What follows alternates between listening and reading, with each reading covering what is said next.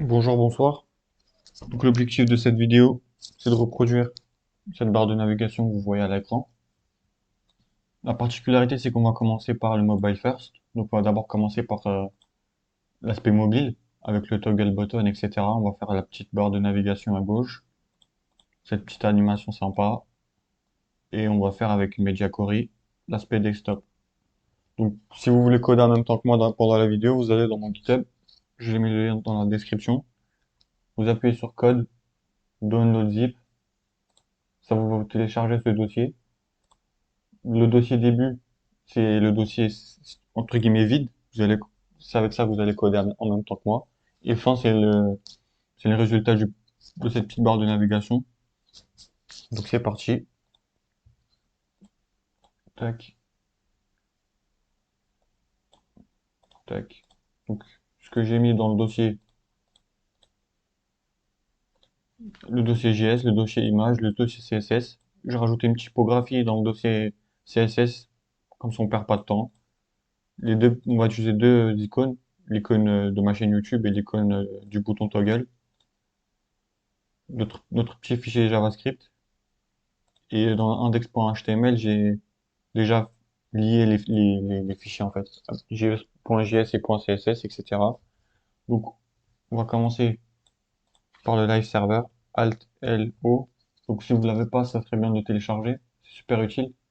Vous venez ici, tapez live server, extension, pardon. Live server, vous venez ici. Moi, je l'ai déjà installé, mais vous tapez ici live server et vous l'installez. Donc, c'est parti. Donc là, on commence par notre petit header. J'aime bien les balises sémantiques, c'est un énorme plus pour le SEO en fait. Donc ce serait bien de s'habituer dès le début, en tant que débutant, à utiliser des balises sémantiques. Donc on commence par le logo, tac, on va mettre l'icône YouTube,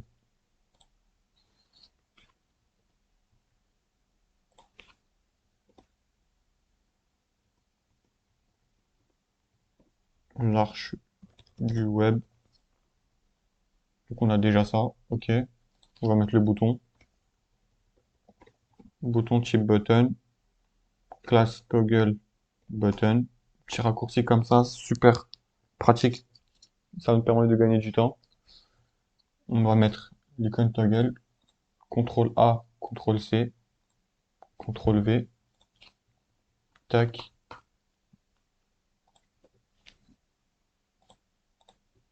ok. Donc maintenant, on va appliquer le CSS dessus. Donc j'ai mis la typographie, c'est la typographie Vietnam. Donc première chose à faire, enfin à faire, ça dépend. Moi c'est ce que je fais. Box-sizing, on réinitialise le CSS déjà inclus dans les balises, dans les balises HTML. Donc box-sizing border box, margin, on réinitialise à 0. Le padding, on réinitialise à 0. Un reset assez classique. Le body, on va appliquer une font family qui s'appelle Vietnam sans serif. Vous voyez, c'est assez stylé, j'aime bien. Couleur, on va la définir comme étant blanche. Le bas... Ah non, pardon, c'est l'inverse. Le background color, c'est blanc. Ok.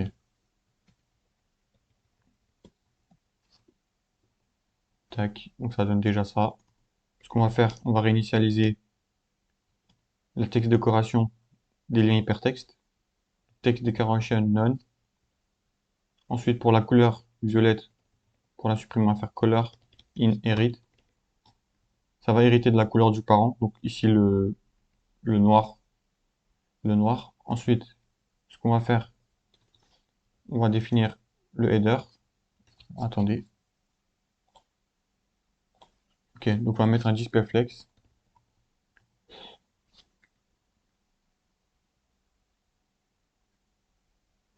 Un display flex. On fait un align item center. Ça va les aligner selon la coordonnée Y. Ensuite, comme on voit bien, le logo il n'est pas bien aligné. Donc on va le sélectionner en mettant un sélecteur sur la balise ID logo. Logo, tac. On va faire pareil, display flex, align item center. Ça nous donne ça. Le bouton, on l'avait, est-ce on l'a mis une classe? Ouais, toggle button. Toggle button. On va réinitialiser les bordures. Bordure 0. Background color transparent. Donc là, ce qui va se passer, c'est on va plus voir le SVG, parce que le SVG, il est en blanc. Donc, tac. Et pour résoudre ce problème, ce qu'on va faire, c'est que on va définir la couleur des barres, en fait. Là, quand on voit, c'est fill égale white. On vient ici, tac. On va mettre current color. Alors, attendez, je vais vous montrer une petite astuce. Double-clic, ça sélectionne white. CTRL-D, CTRL-D. Ça sélectionne tous les whites. Tac, current color. Et ça va prendre la couleur courant du bouton. Sauf que le bouton il est en noir parce que le body il est en noir. Ok. Donc là, il n'est pas très bien aligné par rapport à l'axe X. Donc ce qu'on va mettre, on va mettre un petit padding. Padding top, 8 pixels. Ok, ok, c'est parfait. Ensuite, une petite astuce. On va appliquer une margin left à gauche. Une margin à gauche. Margin left à gauche, ouais, ça revient même. Bref. Margin à gauche. Et ce qui va se passer, c'est que comme le header, il est en display flex, ça va décaler le bouton tout à droite. Et boum. On va appliquer un petit header, un petit padding à gauche et à droite du header, parce que c'est moche à voir. Padding left, 24 pixels. Padding right, 24 pixels. Ok. Ok, on va rajouter un petit curseur pointeur sur le bouton. Ok, ça marche. Maintenant, la barre de navigation. Dans notre prototype, la barre de navigation, elle est à gauche. On a rajouté un petit logo. Et là, c'est les items, en fait. Les liens hypertextes. Donc, ce qu'on va faire, index.html, toujours balise sémantique, nav. Ça sert à rien de créer ça sert à rien de créer une balise nav et de mettre classe nav. Ça n'a aucun sens. Mettez directement la balise. Une balise sémantique, c'est meilleur pour le SEO. Prenez dès le début, en tant que débutant, ces habitudes pour pas perdre pour pas aller à l'encontre de vos habitudes lorsque vous allez vous intéresser au SEO. Vous commencez dès maintenant à mettre des balises sémantiques. Donc nav, on avait dit qu'on avait trois items. C'était à propos, à propos. Donc là, pour faire le A apostrophe, ce que j'ai fait, c'est que sur Windows, c'est t'appuies sur Alt 1, 8, 1. Et ça fait ça. Projet, formation. Ensuite, raccourci CTRL plus Alt plus la flèche du bas. Je les aligne vers le bas.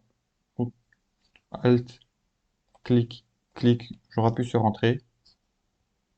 Ensuite, je monte. Je descends. A, href. Bon, j'appuie sur Entrée. Et je descends. Alt, flèche du haut. Voilà.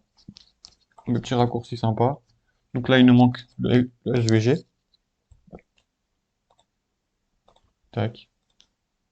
CTRL C, CTRL V. Qu'est-ce que ça donne? Ok. Ce qu'on va faire directement, c'est d'enlever les styles des listes. None. On va mettre un curseur pointeur aussi. Tac, tac, ok. Ensuite, pour faire en sorte que la barre de navigation soit tout à gauche, lorsqu'on ouvre sur le bouton toggle, position fixed, top 0, left 0, ça va mettre tout en haut à gauche. Qu'est-ce que ça donne là? Ok. On va mettre un background color white. On va lui mettre un box shadow vers la droite. 0, 0, 2 pixels. 1, 2, 3. Ok. Donc là, on voit bien que le box shadow, ça encadre bien la barre de navigation. Sauf que nous, on veut que la barre de navigation prenne toute la hauteur de l'écran. Donc, comme on est en position fixe, le height 100% il s'applique. On va mettre un petit display flex aussi, je pense. Flex direction column. Ensuite, ce qu'on va faire, là, je pense que ce serait bien qu'on applique voilà, oui, oui. On va faire un calcul, 50% du header, parce que c'est le parent, plus 48 pixels. Voilà, donc ça donne ça. Ensuite, flex direction column, le SVG, nous, dans notre prototype, il est au centre. Donc ce qu'on va faire, on va appliquer la même astuce que sur le bouton toggle. On sélectionne nav SVG, margin left auto. Donc on répète, je répète, il faut que ce soit d'abord en display flex. Donc on enregistre, ça le met à droite. Sauf que nous, on veut que ce soit au centre. Donc margin right auto. Ok, ils sont au centre, c'est fini. Ensuite, on va sélectionner les listes nav li. Non, plutôt les anchors dans les li. Donc nav li a. Ce qu'on va faire, c'est que par défaut, la balise A, en fait, c'est en display inline, en fait. Du coup, ce qui se passe, c'est que ça prend pas toute la largeur, toute la largeur de son élément parent. Donc, display bloc, ça prend toute la width. On va lui appliquer un padding 4 pixels. Et on veut que ce soit un peu décalé par rapport à la gauche. Donc, on applique un padding left de 24. Et nous, on veut, c'est des éléments smooth, en fait. Quand on clique dessus, on veut ces effets-là. Donc, nav li a l'effet over, tac. On applique un background color. RGBA 0.1. Sauf que quand on clique, on voit aussi l'effet clic en fait. Donc tac A active. Petite astuce. Des fois, t'as des tarés qui font des animations qui servent à rien alors qu'on peut tout simplement faire des trucs comme ça. Voilà. Ok. Il y a un truc que j'aime pas par rapport à la barre de navigation, c'est qu'en fait, elle continue toujours de prendre 50% plus 48 pixels en fait. Et sauf que là, dans le prototype, on voit qu'à partir d'un certain temps, vous voyez bien qu'à partir d'un certain temps, elle reste fixe. Donc ce qu'on va faire, on va appliquer le minimum,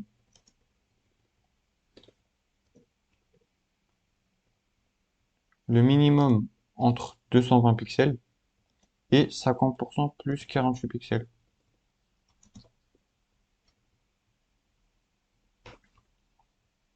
Donc ce qui se passe ici, c'est que vous voyez, voilà. Pourquoi est-ce que là, la WIS, elle est fixe? Parce que ça prend le minimum entre 220 et 50% plus 48. À partir d'un certain moment, 225, c'est inférieur à 50% plus 48 pixels. Et donc, ça définit la largeur de la nave en 220 pixels. Et inversement, lorsqu'on descend, c'est 50% plus 48 qui est inférieur à 220. Du coup, c'est pour ça que ça fait le calcul de ça. Ok. On va appliquer, je pense, aussi un petit box shadow aussi pour le header, parce que là, c'est commence à être assez moche. 0,0-1 pixel. Euh, on va pas se prendre la tête.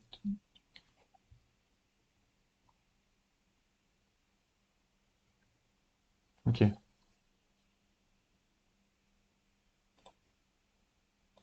Maintenant, tour au JavaScript. Tac. Donc, vérifiez bien que le Hello World il apparaît dans votre console et que le JavaScript est bien connecté à votre index.html, ce qui est le cas ici. Donc, on va sélectionner le bouton Query Selector, Toggle Button. On va sélectionner la barre de navigation. Nav. On va appliquer un événement. Clic au bouton. Lorsqu'on clique sur le bouton Toggle, cette fonction est exécutée. Cette fonction, c'est très simple. Elle va appliquer une nouvelle classe. Elle va switch les classes en fait. C'est- Toggle, c'est lorsque isOpen est appliqué, la classe isOpen elle est appliquée, elle la remove. Et si elle n'est pas appliquée, elle l'ajoute. Donc là, quand on clique sur le bouton, vous voyez bien que la nav, ça applique la classe en fait, et ça l'enlève lorsqu'elle l'a déjà. Donc on va appliquer du style à cette classe. Donc lorsque le nav, elle a la propriété, la classe isOpen, ce qu'on va faire, c'est que, bon là, il faut réinitialiser, il faut faire en sorte que la nav, elle soit à gauche. Donc transform, translate en x, moins 110%. Donc c'est moins 10%, moins 110%, donc ce serait vers la gauche. On va décaler la nav vers la gauche. Parce que le positif, c'est vers la droite. Pourquoi moins 110%? Parce que lorsqu'on met moins 100%, là, on voit qu'il y a une petite ombre qui correspond au box shadow qu'on avait appliqué. Donc, moins 110%, comme ça, on est sûr qu'il n'y a pas la box shadow qui dépasse. Et là, ce qu'on va faire, c'est que lorsqu'elle est open, transform, translate, X, on va initialiser à 0. Voilà. Une petite animation, je pense. Il n'y a pas de mal. Transition. Appliquée sur la transform. 200 millisecondes. Tu mets is. Tac, tac, tac, tac. Ok, ça marche. Nickel. Maintenant, on va faire la partie des stops. Donc, ce qu'on va faire, on va appliquer une media query. Media only screen and min width 768 pixels. D'ailleurs, petite astuce que j'aimerais bien vous montrer, c'est que lorsque vous analysez des sites et que vous voulez analyser leur media query, vous venez ici, vous appuyez sur le toggle device toolbar, la partie mobile, vous cliquez show media queries, tac, et ça vous montre les media queries appliquées. Donc on voit bien qu'à partir de 768 pixels, il y a la media query min width 768. Et lorsqu'on décale, vous voyez bien que, tac. Voilà une petite astuce que je voulais vous montrer. Donc, qu'est-ce qu'on fait lorsque on dépasse les 768? Ce qu'on va faire, c'est qu'on va dans un premier temps faire disparaître le toggle button, display none, la nav, euh, tac,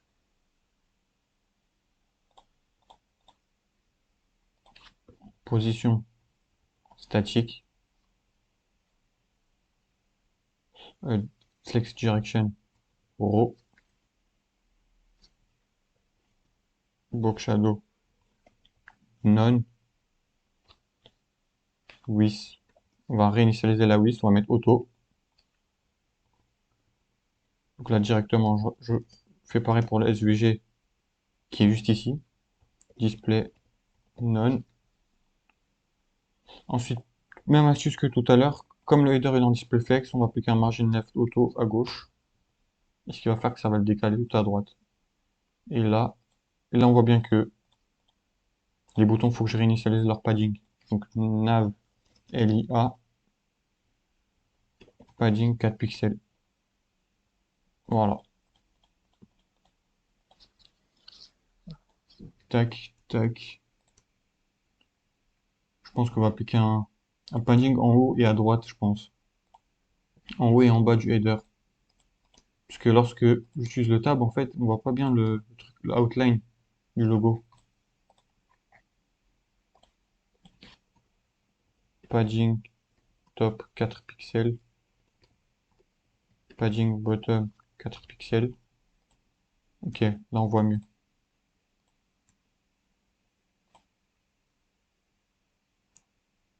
Ok, petit détail, mais que j'aimerais bien régler. Là, quand on fait le hover, on voit bien que c'est par-dessus la header en fait, et ça fait moche. C'est un petit détail, mais qu'il faut prendre en compte en fait. Si vous voulez être un bon développeur, il faut prendre en compte les détails, parce que c'est les détails qui vont vous déterminer des autres. Là, quand je hover, c'est pas géométriquement, c'est pas logique. Parce que le truc, il dépasse un peu plus vers le haut, et là, on a une barre qui fait que ça est, visuellement, ça donne pas envie visuellement, c'est pas bon. Donc, ce qu'on va faire, le SVG, margin top 4 pixels, margin bottom 4 pixels. Pourquoi 4 et 4? Parce que 4 plus 4 ça fait 8 et on avait appliqué en tout un padding de 4 en haut et 4 en bas. Sur le header, ça fait 8. Et là, quand vous venez, vous voyez que là, c'est propre, c'est bien géométriquement, c'est clean. Ok, dernier petit truc. Lorsqu'on décale, en fait, lorsqu'on met en mode desktop, la nave, en fait, elle est toujours vers la gauche. Puisqu'on a oublié de annuler la translation en X. Donc, ce qu'on va faire, tac, margin left, transform, translate en X, on annule. Et là, c'est parfait. Et là, le comportement, il est cool. Là, c'est cool, là, c'est bien. Donc, si vous avez, donc récapitulatif, la sémantique des balises, commencez dès maintenant, en tant que débutant, à s'habituer à mettre des balises claires et nettes, pas faire des classes, pas mettre des noms de classes dans des divs, mais plutôt directement utiliser, bien sûr quand on peut, directement utiliser le header, le bouton, le nav. J'ai pas envie de voir, j'aime pas voir des gens qui font des divs et qui mettent une classe button. Ça, faut arrêter. Button, chip button, class toggle button. Clair, net. On définit bien le chip pour le SEO, etc. Dans le CSS, on n'oublie pas la petite astuce pour la largeur de la barre de navigation avec l'attribut min. Ensuite, qu'est-ce qu'on a vu d'intéressant? Bah, tout simplement la media query et de bien faire attention lorsqu'on veut bien, lorsqu'on veut des fois voir les media query de certains autres sites, on vient ici, mode tablette, inspecter, on appuie sur le bouton Show Media Query, et là ça montre les Media Query. Vous voyez bien, tac, tac, une petite astuce aussi. L'aspect inspecter, c'est vraiment très important. Si vous voulez développer, être développeur de site web, si vous voulez être développeur, c'est très très important. Faut connaître ces petites astuces-là pour vous adapter. Et puis, je pense que c'est bon comme ça. Bah, comme je répète, bon après si vous êtes à la fin de la vidéo, c'est que soit vous avez si vous avez, soit vous avez sauté toute la vidéo ou bien vous avez suivi. Je répète, dans le GitHub, il y a le dossier, soit vous codez en même temps que moi, etc. Et puis si vous avez des questions, vous commentez, vous me contactez sur GitHub, je sais pas comment vous faites, mais vous me contactez, vous me posez vos questions, etc. Je vous remercie. Ciao, ciao.